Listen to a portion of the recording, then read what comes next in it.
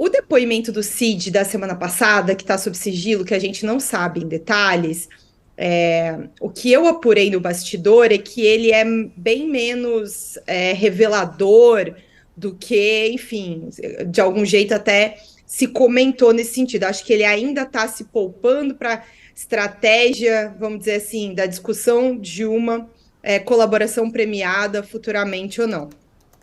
Mas ele necessariamente será um depoimento que, né, na medida em que se tem que explicar, vai ser uma coisa que compromete o Cid e o Bolsonaro, porque não tem como não ser de outra maneira, né?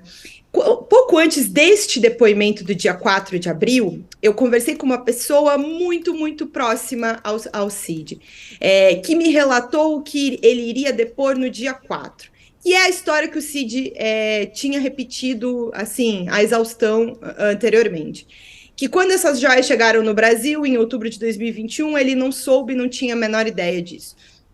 Que veio, né, com o então ministro Bento Albuquerque, e eles só vão tomar conhecimento disso em dezembro de 2022, quando o então chefe da Receita, né, o Júlio, liga para o Bolsonaro, avisa que tem um presente, e o Bolsonaro manda, e aí sim a ordem é essa, o Bolsonaro manda o Cid tomar conhecimento do que era esse presente na Receita e recuperar este presente para ele.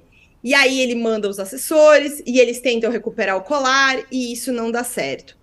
O Cid repetia isso à exaustão. Ele só não contava, né, com as joias que já estavam sendo vendidas meses antes, na metade do ano passado, se eu não me engano, em junho de 2022, e também não contava que tinha levado, além desse Rolex que tinha sido vendido do kit ouro, que o kit Rosé Gold, que é o que a gente falou aqui ontem, que é um outro relógio que veio junto com o colar de diamantes, também tinha ido para os Estados Unidos com o Bolsonaro e tinha passado para Nova York para ir para leilão, e que eles tentaram recuperar tudo de volta para poder tentar fugir dessa situação que estava criada.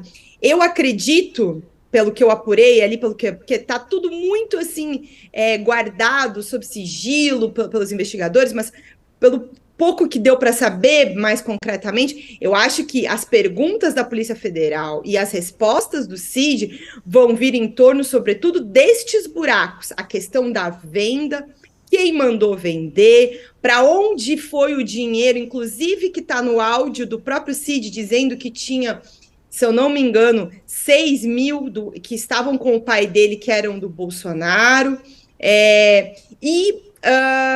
os 120 mil que seria. Que ele dá uma risadinha, né? Quando dizem que não é para ele vender esse kit Rosé Gold, esse relógio, que sairia 120 mil reais, se não me engano.